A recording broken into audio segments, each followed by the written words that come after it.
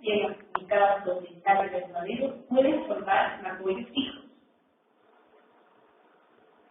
Hasta el momento hemos nombrado las partes del magollo que se pueden ver fácilmente: la lámina, el pseudotallo y el tallo verdadero. Ustedes han anotado algunas estructuras sobre el tallo verdadero. Para observarlas con mayor detalle, podemos ver el tallo verdadero bajo una lupa. Entonces, que los muy bien tenemos el mejor tallo, el tallo de nuestros tallos, y el tallo verdadero adentro de nosotros. El tallo verdadero presenta divisiones llamadas nudos. Una yema de magollo está situada en cada nudo. Las raíces también emergen en la cercanía de los nudos. En este caso, hay dos raíces en el nudo. El segmento de tallo ubicado entre los nudos corresponde a este nudo. La unidad completa, incluyendo el nudo, entre nudos y la hoja correspondiente, se denomina citómero. Una camina está formada por una cadena de citómeros que se encuentran en diferentes estados de desarrollo. Continuamente se forman nuevos citómeros en la base del pseudotallo a partir de una estructura llamada punto de crecimiento. El proceso de formación de los citómeros se describe más detalladamente en la sección vida de un citómero. En las gramíneas, los distintos patrones de desarrollo de los citómeros pueden llegar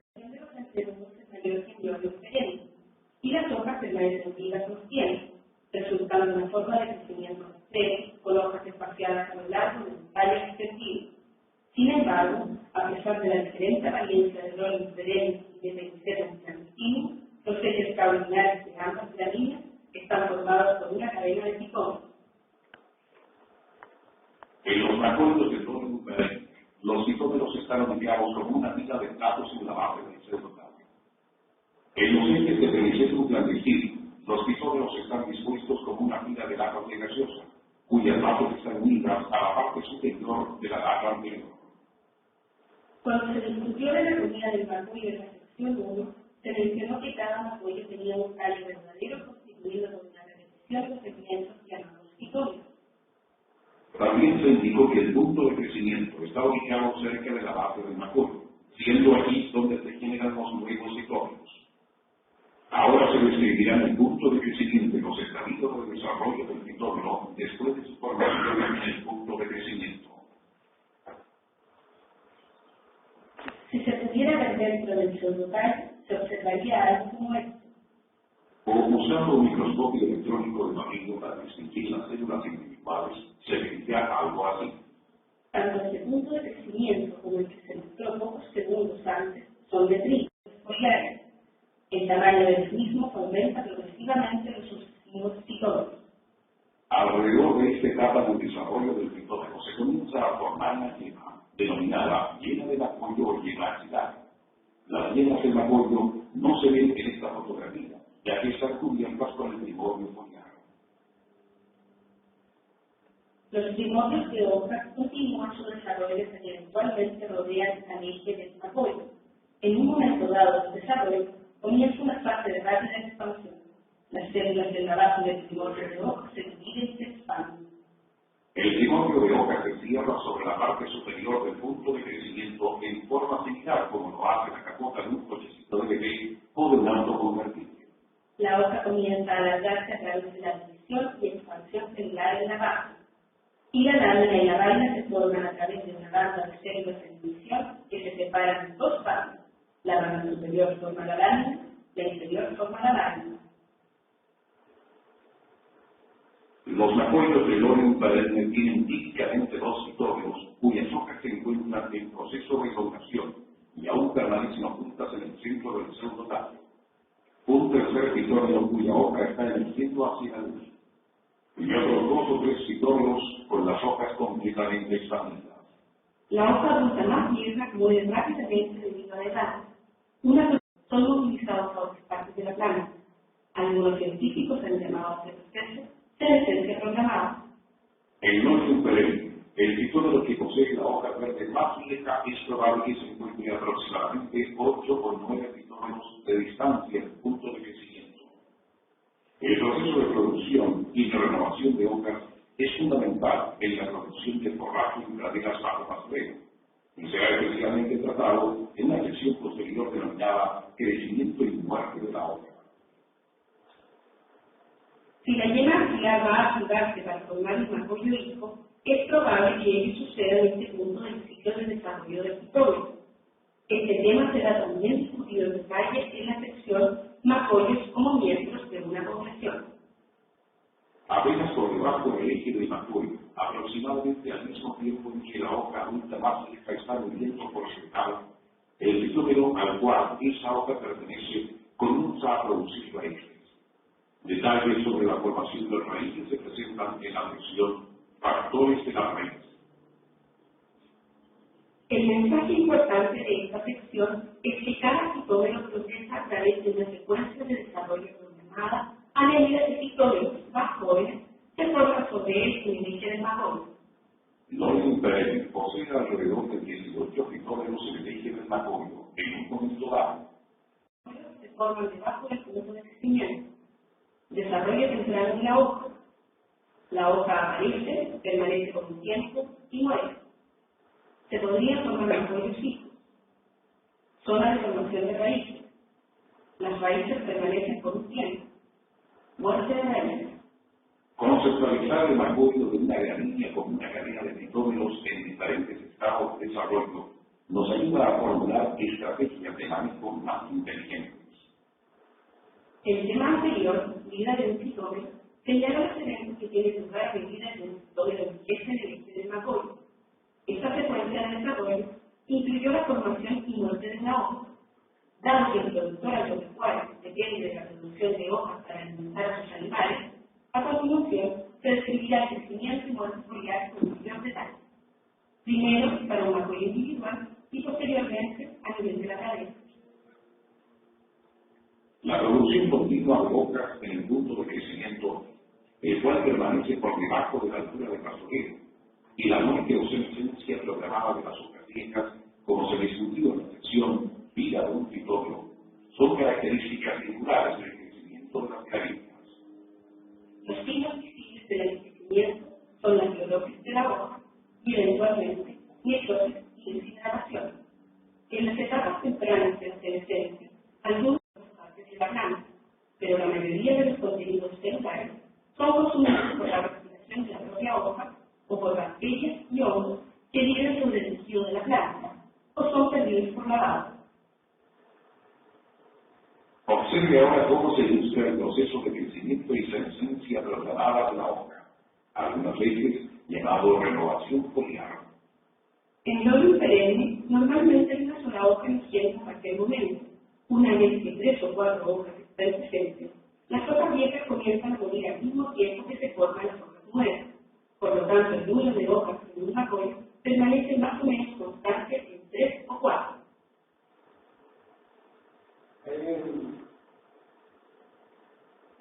Digamos,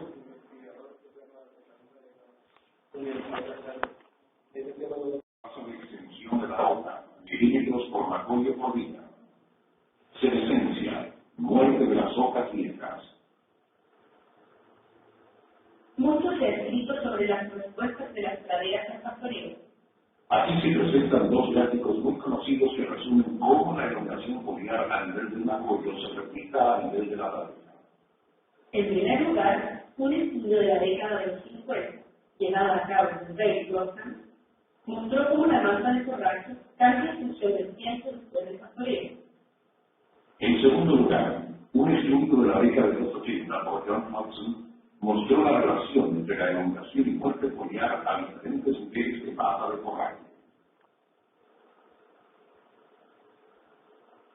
En los años 50, un científico de Palmerston North, Ray Grossman, escribió varios artículos sobre el periodo de rebrote posterior al pastoreo.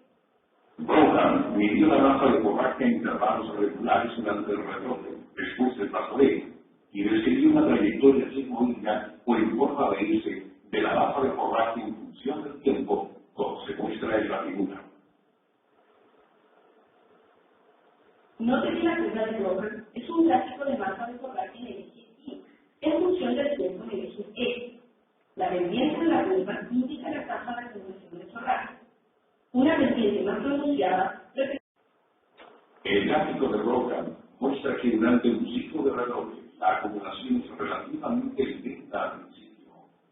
después se acelera y después disminuye nuevamente a medida que la pastura se aproxima a lo que él llamó masa de forraje máxima, en la cual la tasa de acumulación del forraje es cero. Rohan describió 3 fases en su curva sigmoidea de acumulación. En la primera fase, llamada fase logarítmica, la acumulación está limitada por el área foliar baja, consecuentemente por una baja de intersección de luz, pero se acelera con el tiempo. En la segunda fase, la fase lineal, la acumulación es alta y relativamente constante, reflejando el potencial de ese ambiente. En la tercera fase, la fase asintótica, la senescencia aumenta. Eventualmente la tasa de senescencia iguala a la tasa de producción de hojas. En ese momento, la acumulación de forraje disminuye a cero. En algunas condiciones, la senescencia de hojas podría inclusive exceder la producción de hojas, en cuyo caso la masa de forraje podría disminuir con el tiempo. ¿Se entiende la diferencia entre forraje disponible? Que es 3.000 kilos para las 8 semanas, pero la acumulación de forraje puede ser diferente. Uno es acumulación y otro es producción de forraje. Uno de sus artículos, por John Wilson y John Hodgson, mostró en un gráfico cómo variaban la erogación foliar y la senescencia foliar en función de un rango de nivel de masa de forraje. Esto se logró efectuando mediciones repetidas del largo de hojas individuales de macoides marcados. El gráfico de Wilson y Hodgson difiere del de Rohan por 2 motivos. Primero, es un gráfico de tasa de acumulación de forraje versus masa de forraje, mientras que Rohan graficó masa de forraje versus tiempo. Segundo, los datos provienen de una serie de bacterias continuamente pastoreadas con diferentes cargas para crear diferencias en la curva de la cadera, mientras que la curva de Rohan se obtuvo durante la fase de rebrote en un sistema de pastoreo rotativo. Note que hay 3 líneas en este gráfico. Tasa de erogación foliar, tasa de senescencia foliar y tasa de producción media, todas expresadas en kilogramos de manera seca por hectárea por día. La tasa de producción media se calcula con la diferencia entre las tasas de erogación y senescencia. Los principales puntos son: en praderas manejadas a baja altura, la producción media es baja debido a la reducida formación de hojas. en praderas manejadas a una altura media, la producción neta es relativamente constante. La acumulación neta es baja, la erogación foliar sigue siendo alta y la senescencia foliar se aumenta. Pero cuando se sobran los niveles de tiempo de rebrote, se aumenta la senescencia foliar, la erogación sigue siendo alta y la producción neta sigue siendo baja. O sea, esos parámetros son importantes para poder decir si realmente hay que pastorear.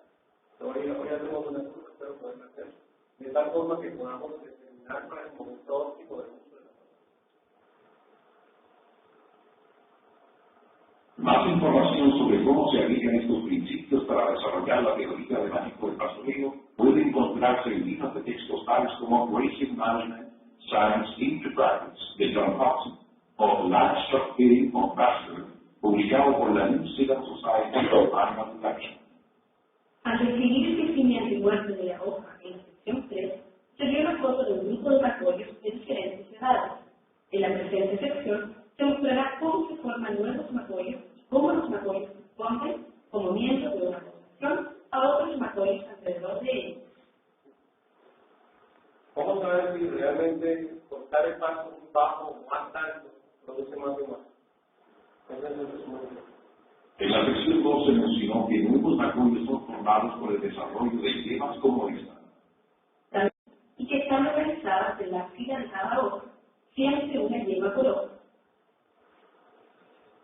De hecho, es posible conocer el número de pitómeros que hay en el eje de un macoyo al contar las yemas. Recuerde que las yemas sucesivas se ubican alternadamente en el macoyo, al igual que las hojas.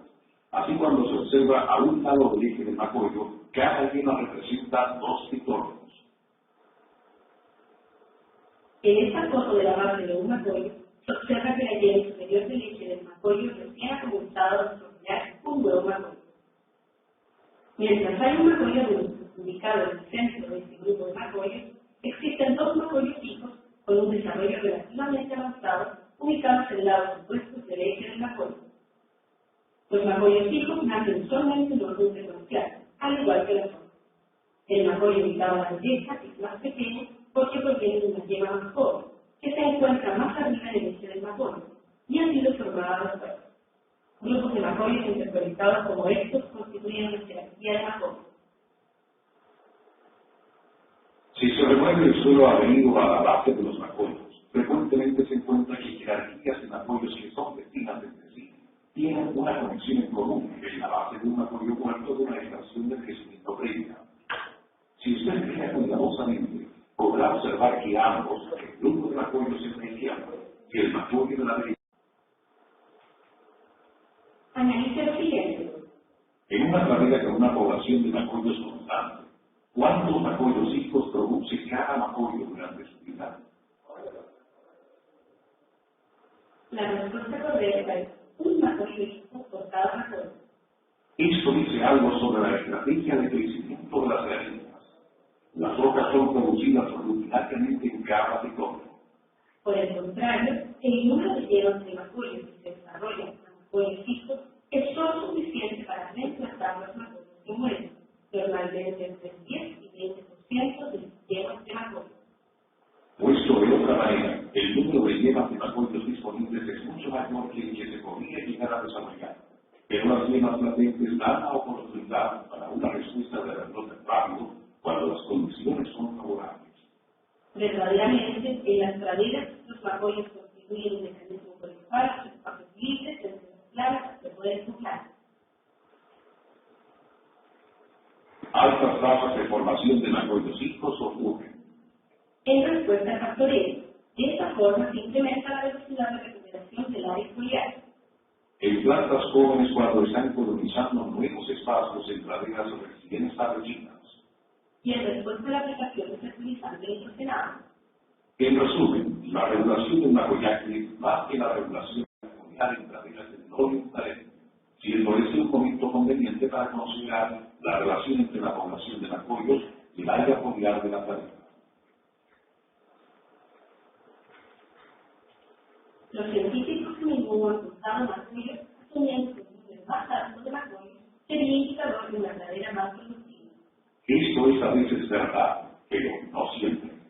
En Nueva Zelanda, en una pradera de pabellón perenne, hay típicamente de 4.000 a 8.000 macoyos por metro cuadrado cuando es pastoreada por vacas lecheras, mientras que en una pradera pastoreada por ovejas pueden haber de 8.000 a 20.000.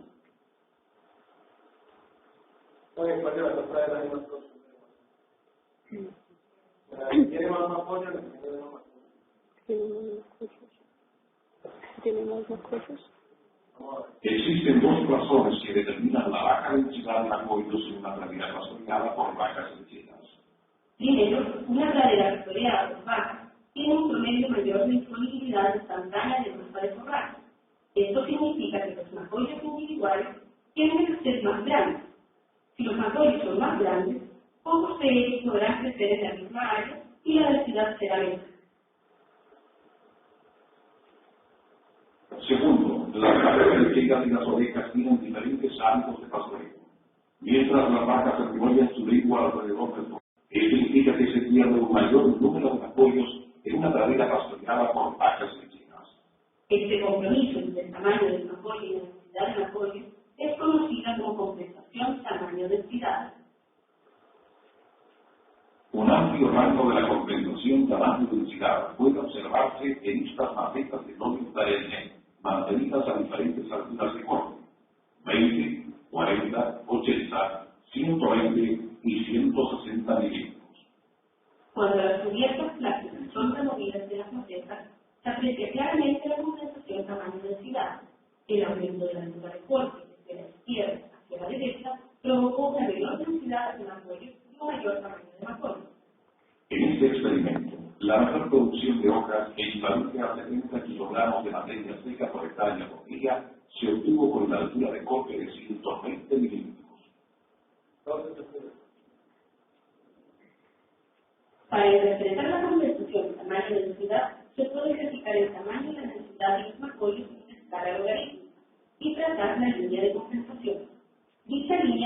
pendiente teórica de menos 3 metros. De esta forma, la disminución en la altura de corte provoca que la pradera caiga fuera de la línea de compensación. Al comparar la distancia desde la línea de compensación respecto de la masa de hoja y la producción de la pradera, se observa que existe una alta relación. Por tanto, se debe tener presente que las praderas de la línea se pueden avanzar fácilmente en diferentes alturas de pastoreo y que ello sucede a través de la compensación a mayor densidad. Las raíces han sido descritas como el componente olvidado de las praderas.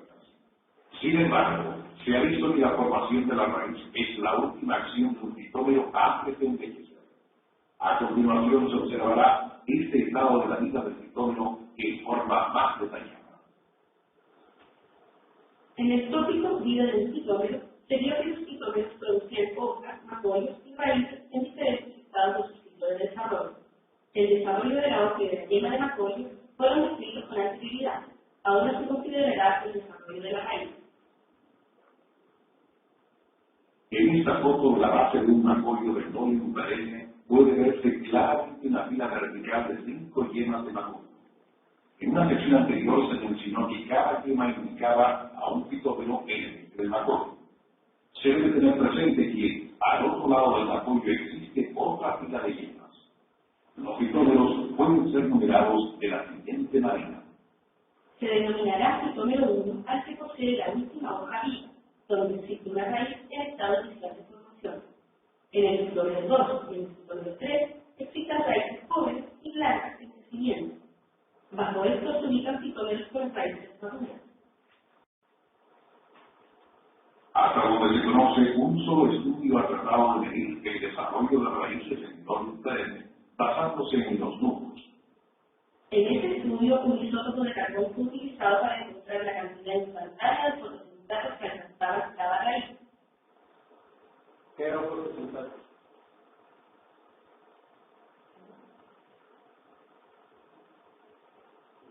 Son cúmulos de energía lumínica que van a transformar o que son transformados en energía química para poder hacer uso del efecto de la luz a través de la fotosintatos.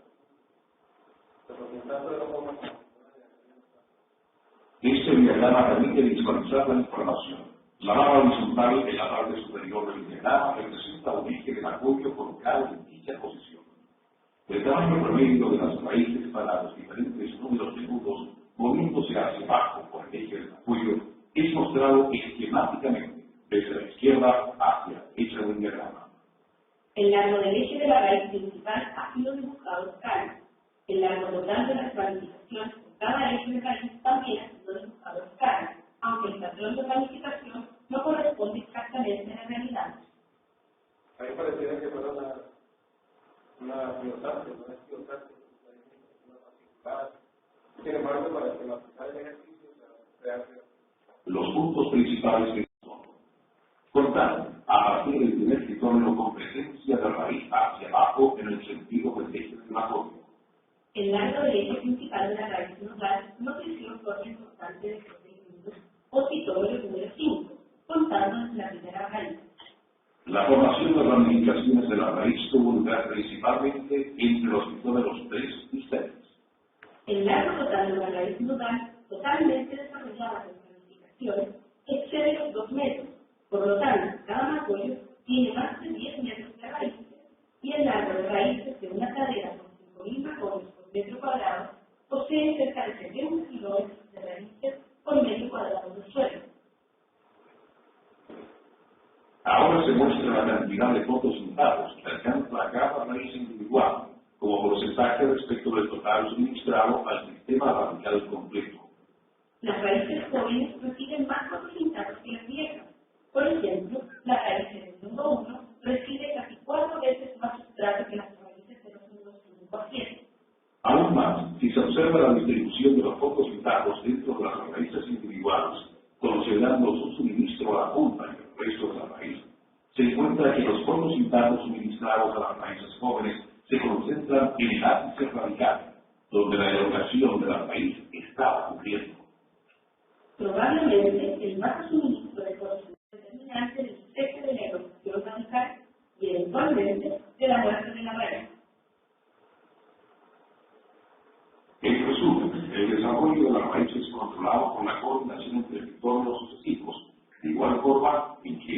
cabo el ciclo de vida de la hoja. Por lo tanto, el ciclo de las raíces ocurre en forma similar al ciclo de las hojas que se describió previamente en la sección crecimiento y muerte de la hoja. Note que hace además de 10 nudos con raíces, hay solo 3 o 4 nudos con hojas emergidas. Por lo tanto, las raíces presentan una mayor vida media y un mayor tiempo para la renovación que las hojas. En esta sección se ha advertido que las raíces viejas que se ubican en una posición más baja del eje del apoyo reciben una cantidad reducida de fotosintagmas. Esta aprendió que existe una renovación del sistema radical similar a la renovación foliar. Este conocimiento general que las plantas obtienen energía de la luz solar a través de la fotosíntesis. Se puede pensar que las hojas actúan como paneles solares que abastecen a la planta, pero con una diferencia. La fotosíntesis no genera electricidad, sino que convierte energía lumínica en energía química almacenada en forma de azúcares a partir del dióxido de carbono de la atmósfera. La canopia de una cadera de jardines madura a través de la fotosíntesis. Donde los productos de la fotosíntesis sean usados dentro de la planta. La primera hoja madura produce cerca del 40% del total de fotosintagmas. La hoja más joven es fotosintéticamente más activa, que gasifica casi la misma cantidad de CO2, a pesar de que posee un área menor, 38% del total, para ser más precisos. Las hojas viejas son menos activas y existe una muy pequeña cantidad de fotosíntesis en la banda de las hojas. Antes del pastoreo, gramíneas tales como los diferentes almacenan la mayor cantidad de carbohidratos en sus hogares. El siguiente gráfico muestra los niveles de carbohidratos acumulados en diferentes partes de una joya de gramínea antes del pastoreo, el patrón de utilización luego del pastoreo y la respuesta de la planta. Cuando los niveles de carbohidratos de la planta son altos, procesos como la evolución de hojas y raíces son rápidos. Durante el pastoreo, la pérdida de hojas tiene serias implicancias para la planta. Los niveles de las reservas almacenadas en todas las partes de la planta rápidamente decrecen. Los niveles de carbohidratos en las raíces pueden llegar a ser tan bajos que las raíces detienen completamente su crecimiento o aún más pueden comenzar a morir. El crecimiento de la hoja también se reduce. Es suficiente energía para el crecimiento de aproximadamente la mitad de una hoja. Después de esto, la continuación del rebrote depende de la fotosíntesis, la que gradualmente se acelera a medida que el área foliar aumenta. Nótese que en este estudio la recuperación de las reservas después del pastoreo tomó cerca de 2 semanas. Ahora es su turno. Sugiera cuáles serían los efectos en la planta de gramínea si ocurriera otro pastoreo. A. Dentro de 2 a 3 días o B. Después de solo una semana. ¿Entiendes la pregunta? ¿Qué sucede si se hace pastoreo el día 1, 2, 3 o en la primera semana? No hay acúmulo de tanto, por tanto no hay rebrote, no hay nada de madera. Pero a medida que más cerca está la acumulación de fotosintagmas o de los carbohidratos que produce la planta, pues el crecimiento es muy bajo, no hay erosión, no hay producción media masa y es un sobrepastoreo. En esta sección, el detalle para recordar que la evolución de la hoja y la raíz depende mucho de la fotosíntesis del momento. Además, solo una cantidad relativamente limitada de reservas que se encuentran principalmente en las reservas fotosintásticas está disponible para iniciar el rebrote después del pastoreo. Importantes considerados en esta presentación del ciclo. Los magnolias poseen una organización segmentada que surge de una formación continua de citómeros del punto de crecimiento. Un tallo único de gramínea es llamado magnolia. Las hojas están sustentadas por un pseudotallo formado por las vainas que se encuentran arregladas en círculos concéntricos. Los magnolias se forman desde yemas axilares y a través de ellos la cadera puede llenar los espacios vacíos que pudieran existir en ellas. La formación y muerte de hojas en pitómeros sucesivos genera una renovación de hojas a medida que las hojas más tarde el movimiento. El equilibrio entre la longitud y la esencia de la hoja cambia durante el ciclo de reloj de la pradera, resultando en el de la pradera en la punta sinoína. Una pradera típica tiene alrededor de 70 kilómetros de raíces por metro cuadrado de suelo. Las raíces se forman después de las hojas del mismo pitobeo y presentan una renovación continua en forma similar al del sistema foliar. Una pradera puede capturar más de 300 kilos de dióxido de carbono por hectárea por día. Las reservas de carbohidratos en Lodium perenne son almacenadas principalmente en las vainas de las hojas. Secar los granos después de la defoliación toma aproximadamente 10 días. Es el acto de crecimiento único que poseen las plantas vegetarinas lo que hace que se adapten tan bien para ser utilizadas tanto en praderas como en crecimientos. La comprensión de la estructura del pitómero y la formación resultante de hojas y raíces desde un tallo corto verdadero localizado a nivel del suelo o justo por debajo del mismo es la clave para un eficiente manejo de las plantas vegetarinas, donde quiera que éstas sean usadas. Lo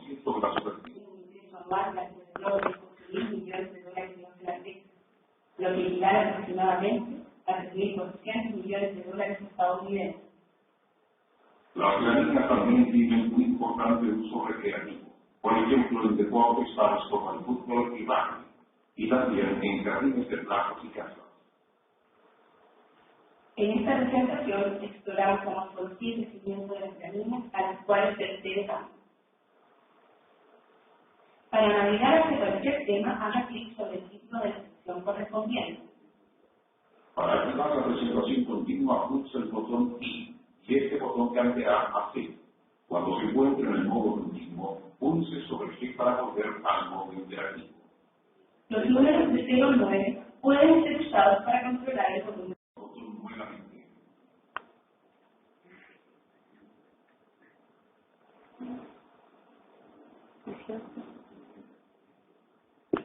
Por ejemplo, plana. Antes de continuar, necesitamos conocer cómo se organiza un macollo y los nombres correctos de sus partes. Si miramos más detalladamente un pequeño grupo de macollos, Cada macollo tiene típicamente 3 o 4 hojas visibles en un momento determinado.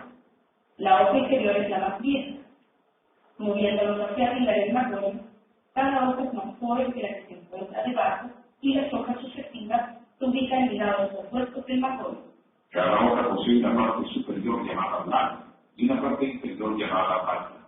En Lodium perenne, llamado comúnmente raíz o vainilla inglesa, las vainas de las hojas están enrolladas formando una estructura llamada pseudotaria, en la cual las hojas individuales forman círculos concéntricos en forma similar a este modelo formado por tubos de diferente diámetro. Debajo del pseudotallo y más o menos a continuación del mismo se encuentra el tallo verdadero.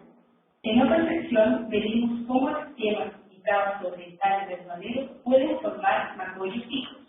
Hasta el momento hemos nombrado las partes del macollo que se pueden ver fácilmente: la lámina, el pseudotallo y el tallo verdadero. Usted ha anotado algunas estructuras sobre el tallo verdadero. Para observarlas con mayor detalle, podemos ver el tallo verdadero bajo una lupa. El tallo verdadero presenta divisiones llamadas nudos. Las raíces también emergen en la cercanía de los nudos. En este caso hay 2 raíces en el nudo. El segmento de tallo ubicado entre los nudos corresponde a este nudo. La unidad completa, incluyendo el nudo, entre nudo y la hoja correspondiente, se denomina pitómero. Una gramínea está formada por una cadena de pitómeros que se encuentran en diferentes estados de desarrollo. Continuamente se forman nuevos pitómeros en la base del pseudotallo a partir de una estructura llamada punto de crecimiento. El proceso de formación de los pitómeros se describe más detalladamente en la sección vida de un pitómero. En las gramíneas, los distintos patrones de desarrollo de los pitómeros pueden generar diferentes formas de crecimiento. Esto puede ilustrarse comparando un Lodium perenne con Penicetum clandestinum, Kikuyu. En Penicetum clandestinum, la elongación de los antenudos es mayor que en Lodium perenne, y las hojas permanecen vivas en el tiempo, resultando resultando una forma de crecimiento extremo con hojas espaciadas a lo largo de un tallo extendido. Sin embargo, a pesar de la diferente apariencia del óleo perenne y de Penicetum clandestino, los ejes caudinales de ambas láminas están formados por una cadena de citómeros. En los macoides del óleo perenne, los citómeros están ubicados como una fila de platos en la base del pseudotallo. En los ejes de Penicetum clandestino, los gaseosas, cuyas bases están unidas a la parte superior de la barra anterior. Cuando se discutió la anatomía del macoide en la sección 1, se mencionó que cada macoide tenía un tallo verdadero constituido de una repetición de segmentos llamados citómeros. También se indicó que el punto de crecimiento está ubicado cerca de la base del macoide, siendo allí donde se generan los nuevos citómeros. Ahora se describirán el punto de crecimiento y los estadios de desarrollo del citómero después de su formación en el punto de crecimiento.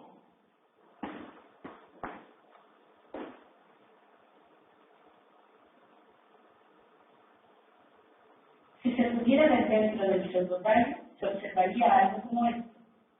O usando un microscopio electrónico de varillo para distinguir las células individuales, se vería algo así. Tanto este punto de crecimiento como el que se mostró pocos segundos antes son de trigo, debido a que los macoides de trigo, al ser algo más grande que los de óleo perenne, facilitan la detección.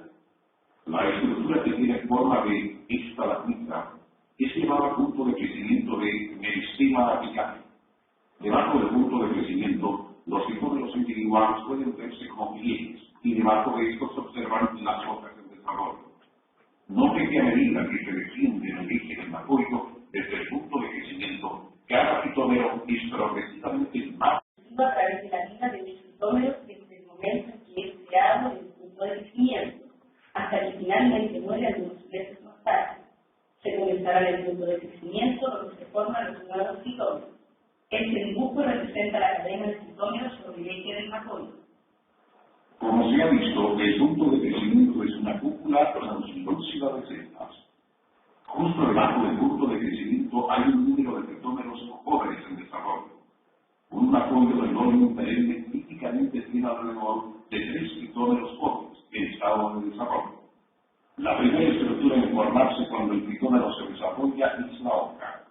La aparición de una protuberancia en un lado del citómero, llamada primordio foliar, es la señal de que la formación de la hoja ha comenzado. En esta foto se observan varios primordios foliares. El tamaño de los mismos aumenta progresivamente en los sucesivos citómeros. Alrededor de esta etapa del desarrollo del citómero se comienza a formar una yema, denominada yema del macoide o yema axilar.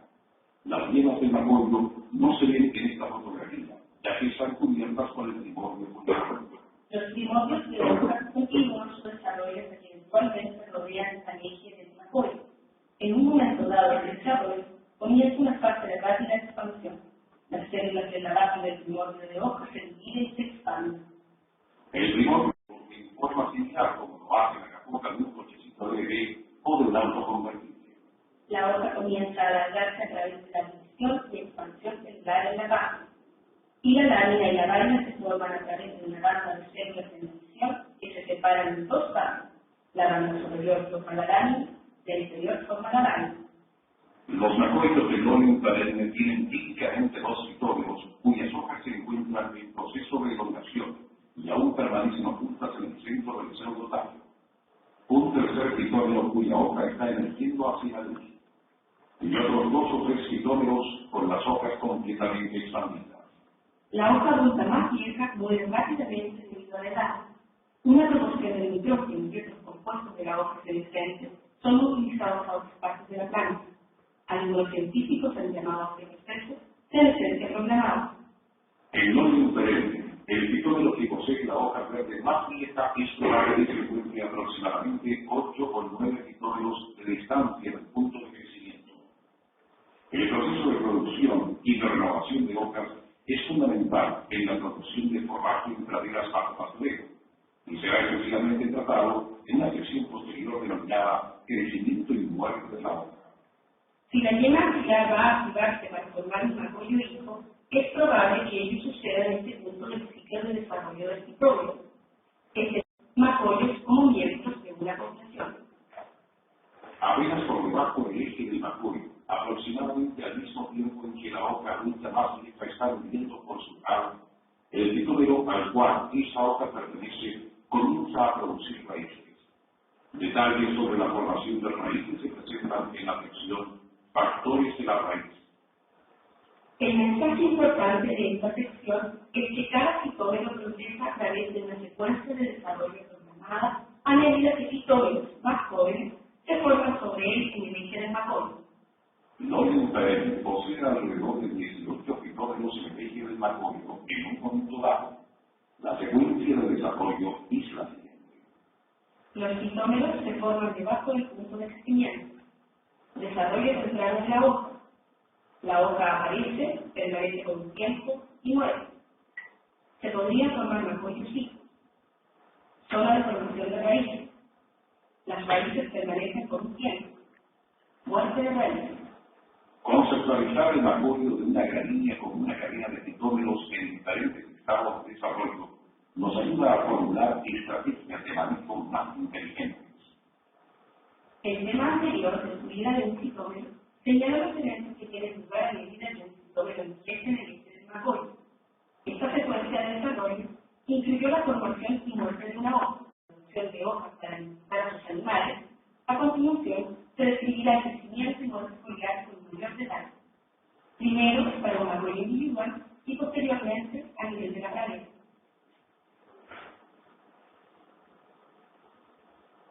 La producción continua de hojas en el punto de crecimiento, el cual permanece por debajo de la altura de pastoreo, y la muerte o senescencia proclamada de las hojas viejas, como se discutió en la sección vida de un citómero, son características singulares del crecimiento de las gramíneas. Los signos visibles del envejecimiento son la clorosis de la hoja y, eventualmente, necrosis y deshidratación. En las etapas tempranas de la senescencia, algunos componentes solubles pueden ser movilizados para su uso en otras partes de la planta, pero la mayoría de los contenidos celulares son consumidos por la respiración de la propia hoja o por bacterias y hongos que viven sobre el tejido de la planta o son perdidos por lavado.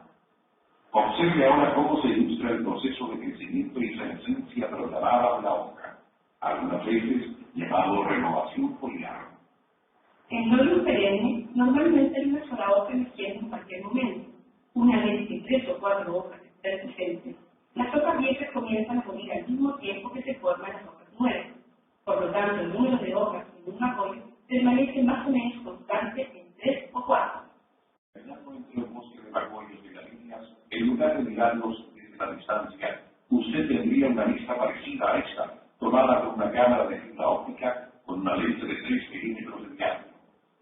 Ahora se considerará el crecimiento y muerte de las hojas a la escala de la pradera. En esta presentación se ha usado terminología científica.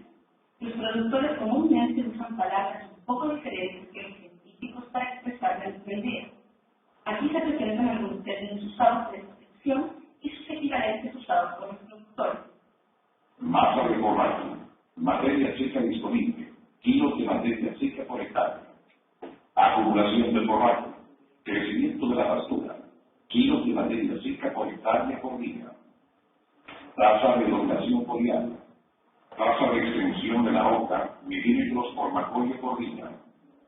Senescencia, muerte de las hojas viejas. Mucho se ha escrito sobre las respuestas de las praderas al pastoreo. Aquí se presentan dos gráficos muy conocidos que resumen cómo la elongación foliar a nivel del macorio se replica a nivel de la pradera. En primer lugar, un estudio de la década de los 50, llevado a cabo por Ray Grossman, mostró cómo la masa de forraje cambia en función del tiempo después del pastoreo. En segundo lugar, un estudio de la década de los 80 por John Hudson mostró la relación. En los años 50, un científico de Palmerston North, Ray Grossman, escribió varios artículos sobre el periodo de rebrote posterior al pastoreo. Brogan midió la masa de forraje en intervalos regulares durante el rebrote, después del pastoreo, y describió una trayectoria sigmoidal o en forma de S de la masa de forraje en función del tiempo, como se muestra en la figura. Note que la curva de Brogan es un gráfico de masa de forraje en el eje Y, en función del tiempo en el eje X. La pendiente de la curva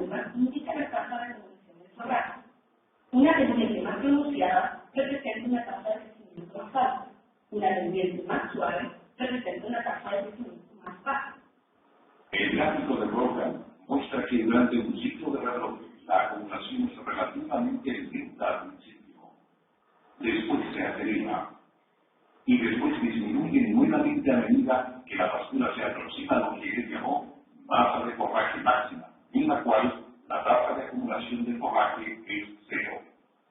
Brogan describió 3 fases en su curva sigmoidea de acumulación. En la primera fase, llamada fase logarítmica, la acumulación está limitada por el área foliar baja, consecuentemente por una baja de intersección de luz, pero se acelera con el tiempo. En la segunda fase, la fase lineal, la acumulación es alta y relativamente constante.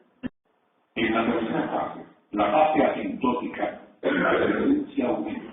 Eventualmente la tasa de senescencia iguala a la tasa de producción de hojas. En ese momento, la acumulación de forraje disminuye a cero.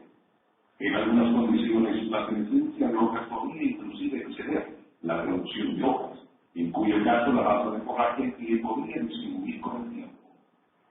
La elongación y la senescencia foliar se mostraron como procesos separados por primera vez en 2 artículos diferentes en 1963, más de 25 años después que Brogan escribiera la curva sigmoidea de rebrote de Vertradero.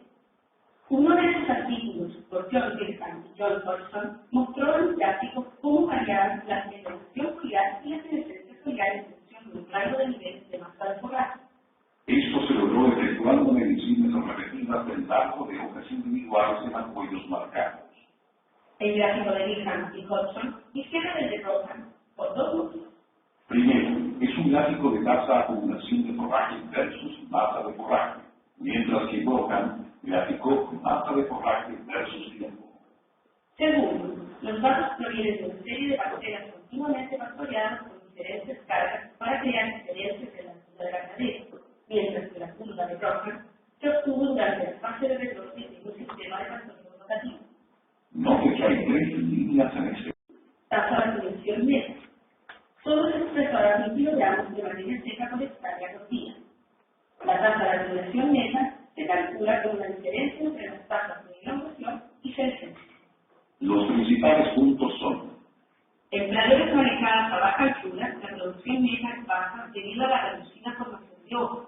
en praderas manejadas a una altura media, la producción neta es relativamente constante y cercana al máximo a través del amplio rango de alturas de la canopia. En praderas manejadas altas, la producción neta disminuye debido a la elevada tasa de senescencia foliar. Si usted ahora mueve el puntero con el mouse, podrá observar cómo cambian la elongación foliar, la senescencia foliar y la producción neta en función de la masa de forraje. Más información sobre cómo se aplican estos principios para desarrollar la teoría de manejo de pastoreo puede encontrarse en libros de textos tales como Grazing Management, Science into Practice, de John Hudson, o Livestock Feeding on Pasture, publicado por la New Zealand Society of Animal Protection. Al describir el crecimiento y muerte de la hoja en sección 3, se dio la foto del grupo de macolios de diferentes edades. En la presente sección se mostrará cómo se forman nuevos macolios y cómo los macolios se ponen como miembros de una población a otros macolios alrededor de ellos. En la sección 12 de esquemas comunistas. También se indicó que los hielos de macolios se forman relativamente temprano en la vida de un segmento y que están localizadas en la axila de cada hoja, siempre una yema color. De hecho, es posible conocer el número de pitómeros que hay en el eje de un macollo al contar las yemas. Recuerde que las yemas sucesivas se ubican alternadamente en el macollo, al igual que las hojas. Así, cuando se observa a un lado del eje del macollo, cada yema representa 2 pitómeros. En esta foto de la base de un macollo, se observa que la yema superior del eje del macollo recién ha comenzado a desarrollar un nuevo macollo. Mientras hay un macollo adulto, ubicado en el centro de este grupo de macollos, existen 2 macollos hijos con un desarrollo relativamente avanzado, ubicados en lados opuestos del eje del macollo. Los macollos hijos nacen usualmente en orden secuencial, al igual que las hojas. El macollo ubicado a la derecha es más pequeño porque proviene de una yema más joven, que se encuentra más arriba del eje del macollo, y ha sido formada después. Grupos de macollos intersectorizados como estos constituyen la jerarquía de macollos. Si se remueve el suelo adherido a la base de los macollos, frecuentemente se encuentra que jerarquías en apoyos que son vecinas entre sí tienen una conexión en común en la base de un apoyo muerto de una estación de crecimiento previa. Si usted mira cuidadosamente, podrá observar que ambos, el grupo de apoyos se tiene un tallo verdadero que los conecta al apoyo muerto de la estación previa. Analice lo siguiente. En una pradera con una población de macoyos constante, ¿cuántos macoyos hijos produce cada macoyo durante su vida? La respuesta correcta es un macoyo hijo por cada macoyo. Esto dice algo sobre la estrategia de crecimiento de las garinas. Las rocas son producidas rutinariamente en cada pitómero. Por el contrario, el número de yemas de macoyo que se desarrollan en macoyos hijos es solo suficiente para reemplazar los macoyos que mueren, normalmente entre el 10 y 20% de las yemas de macoyo. Puesto de otra manera, el número de yemas de macoyos disponibles es mucho mayor que el que se podría llegar a desarrollar, pero las yemas latentes dan la oportunidad para una respuesta de rebrote rápido cuando las condiciones son favorables. Verdaderamente, en las praderas, los macoyos constituyen un mecanismo por el cual los espacios libres entre las plantas se pueden poblar. Altas tasas de formación de macoyos hijos ocurren. En respuesta al pastoreo, de esta forma se incrementa la velocidad de recuperación del área foliar. En plantas jóvenes cuando están colonizando nuevos espacios en praderas recién establecidas. Y en respuesta a la aplicación de fertilizante nitrogenado. En resumen, la regulación del macoyaje, más que la regulación de la formación de hojas, determina el control del no interés, siendo este un momento conveniente para considerar la relación entre la población de macoyos y el área foliar de la pradera. Los científicos a menudo encontraban macoyos asumiendo que un nivel más alto de macoyos sería indicador de una pradera más productiva. Esto es a veces verdad, pero no siempre. En Nueva Zelanda, en una pradera de caballos perennes, hay típicamente de 4.000 a 8.000 macoyos por metro cuadrado cuando es pastoreada por vacas lecheras, mientras que en una pradera pastoreada por ovejas pueden haber de 8.000 a 20.000. Existen dos razones que determinan la baja densidad de macoyos en una pradera pastoreada por vacas lecheras. Primero, una pradera pastoreada por vacas tiene un promedio mayor de disponibilidad instantánea de masa de forraje. Esto significa que los macoyos individuales tienden a ser más grandes. Si los macoyos son más grandes, pocos de ellos podrán crecer en la misma área y la densidad será menor. Segundo, las vacas lecheras y las ovejas tienen diferentes hábitos de pastoreo. Mientras las vacas enrollan su lengua alrededor del forraje y lo pican, las ovejas lo cortan con sus dientes. Esto implica que se pierde un mayor número de macoyos en una pradera pastoreada por vacas lecheras. Este compromiso entre el tamaño del macoyo y la densidad del macoyo es conocida como compensación tamaño-densidad.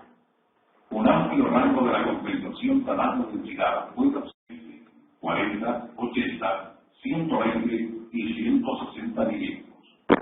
Cuando las cubiertas plásticas son removidas de las macetas, se aprecia claramente la compensación tamaño-densidad. El aumento de la altura de corte desde la izquierda hacia la derecha provocó una menor densidad de macoyo y un mayor tamaño de macoyo. En este experimento, la mayor producción de hojas equivalente a 70 kilogramos de materia seca por hectárea por día se obtuvo con la altura de corte de 120 milímetros. Para interpretar la compensación tamaño-densidad, se puede verificar el tamaño y la densidad de los macoyos en una escala logarítmica y trazar la línea de compensación. Dicha línea posee una vertiente teórica de menos 3 metros. De esta forma, una disminución en la altura de corte provoca que la pradera caiga fuera de la línea de compensación. Al comparar la distancia desde la línea de compensación respecto de la masa de hoja y la producción de la pradera, se observa que existe una alta relación entre las tres. Por lo tanto, se debe tener presente que las praderas de gramíneas se pueden adaptar fácilmente en diferentes alturas de pastoreo y que ello sucede a través de la compensación tamaño-densidad. Las raíces han sido descritas como el componente olvidado de las praderas. Sin embargo, se ha visto que la formación de la raíz es la última acción de un fitómero antes de envejecer. A continuación se observará este estado de la vida del fitómero en forma más detallada. En el tópico vida del fitómero, se vio que los fitómeros producían hojas, macoyos y raíces en diferentes estados de su ciclo de desarrollo. Fueron descritos con anterioridad. ahora se considerará el desarrollo de la raíz. En esta foto, la base de un macollo del Lorium perenne puede verse claramente una fila vertical de 5 yemas de macollo. En una sección anterior se mencionó que cada yema indicaba a un citopelo del macollo. Se debe tener presente que al otro lado del macollo existe otra fila de yemas. Los citómeros pueden ser numerados de la siguiente manera. Se denominará citómero 1 al que posee la última hoja viva, donde existe una raíz en estado inicial de formación. En el citómero 2 y el citómero 3 existen raíces jóvenes y largas en crecimiento. Bajo esto se ubican citómeros con raíces maduras. Y finalmente los que poseen raíces que están bien. Hasta donde se conoce, un solo estudio ha tratado de medir el desarrollo de raíces en Lorium perenne basándose en los números. En ese estudio, un isótopo de carbono fue utilizado para encontrar la cantidad instantánea de fotosíntesis que alcanzaba cada raíz. Esto diagrama permite visualizar la información. La barra horizontal en la parte superior del diagrama representa un eje de macollo coloreado en dicha posición. El tamaño promedio de las raíces para los diferentes números de nudos, moviéndose hacia abajo por el eje del macollo, es mostrado esquemáticamente desde la izquierda hacia la derecha del diagrama. El largo del eje de la raíz es dibujado escala. El largo total de las ramificaciones de cada eje de raíz también ha sido dibujado a escala, aunque el patrón de ramificación no corresponde exactamente a la realidad. Los puntos principales que se pueden aprender sobre el sistema radical mostrados en este diagrama son: contar a partir del primer citómero con presencia de raíz hacia abajo en el sentido del eje del macollo. El largo del eje principal de la raíz nodal no creció en forma constante después del nudo o citómero número 5, contando la primera raíz. La formación de ramificaciones de la raíz tuvo lugar principalmente entre los citómeros 3 y 6. El largo total de la raíz nodal, totalmente desarrollada por ramificaciones, excede los 2 metros. Por lo tanto, cada macollo tiene más de 10 metros de raíces y el largo de raíces de una cadera con 5.000 macollos por metro cuadrado posee cerca de 70 kilómetros de raíces por metro cuadrado del suelo. Ahora se muestra la cantidad de fotosíntesis que alcanza a cada raíz individual como porcentaje respecto del total suministrado al sistema radical completo.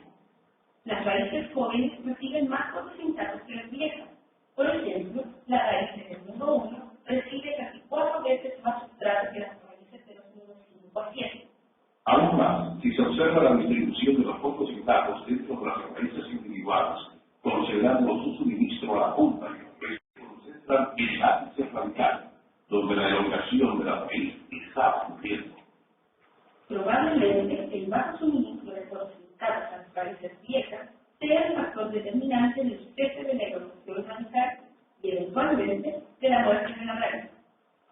En resumen, el desarrollo de la raíz es controlado por la coordinación entre citómeros sucesivos, de igual forma en que es controlado el ciclo de vida de la hoja. Por lo tanto, el ciclo de las raíces ocurre en forma similar al ciclo de las hojas que se describió mediamente en la dirección crecimiento y muerte de la hoja. Note que aunque hay más de 10 nudos con raíces, hay solo 3 o 4 nudos con hojas emergidas. Por lo tanto, las raíces presentan una mayor vida media y un mayor tiempo para la renovación que las hojas. En esta sección se ha aprendido que las raíces viejas que se ubican en una posición más baja del eje del macollo reciben una cantidad reducida de fotosíntesis. También se aprendió que existe una renovación del sistema radical, similar a la renovación foliar. Este conocimiento es general que las plantas obtienen energía de la luz solar a través de la fotosíntesis. Se puede pensar que las hojas actúan como paneles solares que abastecen a la planta, pero con una diferencia. La fotosíntesis no genera electricidad, sino que convierte energía lumínica en energía química almacenada en forma de azúcares a partir del dióxido de carbono. La canopia de una cadera de gramíneas maduras a través de la fotosíntesis puede capturar cerca de 300 kilos de dióxido de carbono por día. Se considera ahora un caso en que las hojas sean muy activas y donde los productos de la fotosíntesis sean usados dentro de la planta. La primera hoja madura produce cerca del 40% del total de fotosíntesis. La hoja más joven es fotosintéticamente más activa, casi casi la misma cantidad de CO2, a pesar de que posee un área menor, 38% del total, para ser más precisos. Las hojas viejas son menos activas y existe una muy pequeña cantidad de toxinas que se lavan en el suelo. Antes del pastoreo, la niña está como lo diferente, almacenará la gran cantidad de carbohidratos en el pseudotalio. El siguiente gráfico muestra los niveles de carbohidratos acumulados en diferentes partes de un apoyo de la línea antes del pastoreo, el patrón de utilización subido del pastoreo y la respuesta de la planta. Aquí es importante recordar, mano izquierda, dónde va el acúmulo de nutrientes en general, no solo concentrados. Y eso delimita la altura de pastoreo, la altura de corte de la cadera. El pseudotallo de los enlaces es donde normalmente se acumula la gran cantidad de nutrientes que van a permitir el rebrote posterior de otros o de otras hojas a partir de los. Entonces, por este motivo, en realidad no se debe pastoreo por debajo de 10 centímetros o 12 centímetros. En Kikuyo, cuyo tallo es mostrado, se puede pastorear más bajo entre 3 y 5 centímetros, porque el tallo no alcanza a consumir los animales, pero aquí los animales alcanzan a consumir los pseudotallos y es donde hay la acúmulo de nutrientes.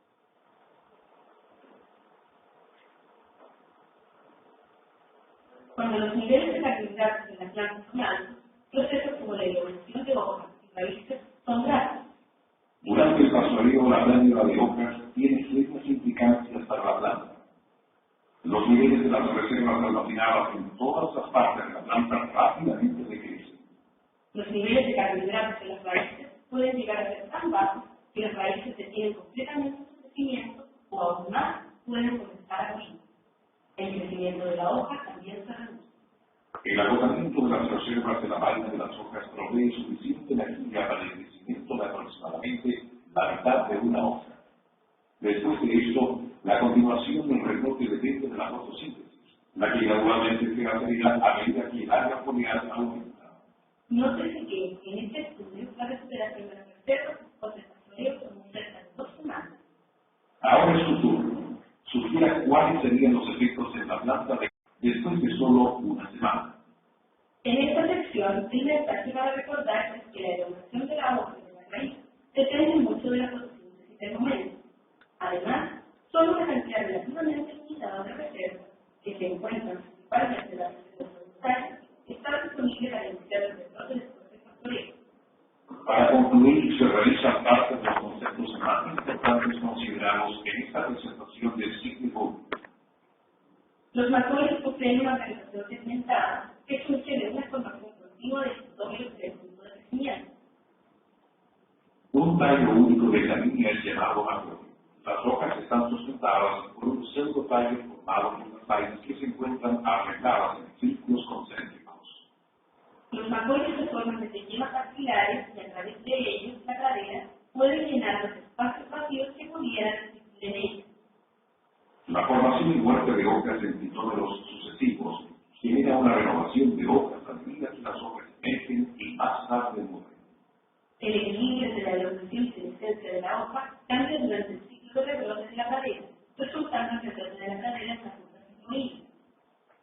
Una pradera típica tiene alrededor de 70 kilómetros de raíces por metro cuadrado de suelo. Las raíces se forman después que las hojas del mismo pitómero y presentan una renovación continua en forma similar al del sistema foliar. Más de 300 kilos de dióxido de carbono por hectárea por día. Las reservas de carbohidratos en el óleo son almacenadas principalmente en las vainas de las hojas. La recuperación de las reservas de carbohidratos después de la defoliación toma aproximadamente 10 días.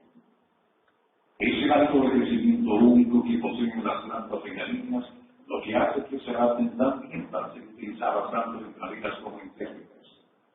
La comprensión de la estructura del pitómero y la formación resultante de hojas y raíces desde un tallo corto verdadero localizado a nivel del suelo o justo por debajo del mismo es la clave para un eficiente manejo de las plantas regalinas, donde quiera que éstas se